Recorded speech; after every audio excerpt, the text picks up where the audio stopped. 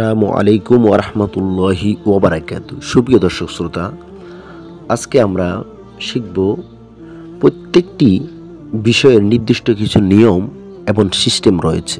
তদ্রূপ পবিত্র ঈদ উল ফিতরের অর্থাৎ ঈদের দিনের রাসূল পাক সাল্লাল্লাহু আলাইহি সাল্লাম কর্তৃক কিছু সুন্নাহ উম্মতের জন্য নির্দেশনা রয়েছে। আসুন আমরা জেনে নিই সে সুন্নাত পদ্ধতি সম্পর্কে।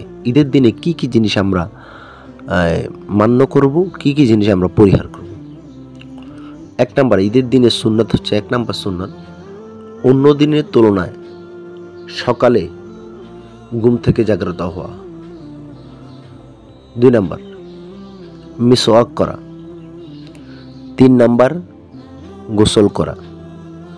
4 নাম্বার, শরীয়তসম্মত সাজসজ্জা করা।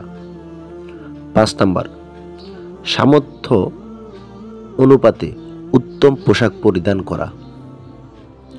6 নাম্বার, সুগন্ধি ব্যবহার করা। 7 নাম্বার, ঈদ উল ফিতরের ঈদগাহে যাওয়ার আগে মিষ্টি জাতীয় যেমন খেজুর ইত্যাদি খাওয়া। 8 নাম্বার, সকাল সকাল ঈদগাহে যাওয়া। 9 নাম্বার, ঈদ উল ফিতরের ঈদগাহে যাওয়ার পূর্বে সাদাকাতুল ফিতর আদায় করা। 9 নাম্বার।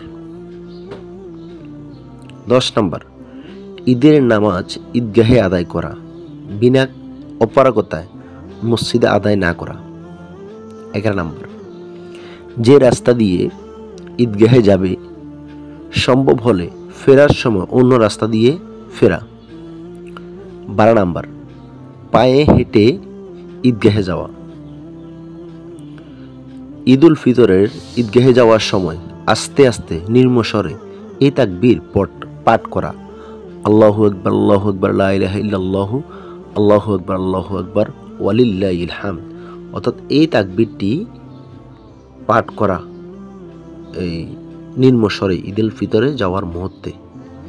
এই সুন্নাতগুলো আমরা সকলে আদায় করার চেষ্টা করব। আল্লাহ তাআলা তৌফিক দান করুক। আসসালামু আলাইকুম।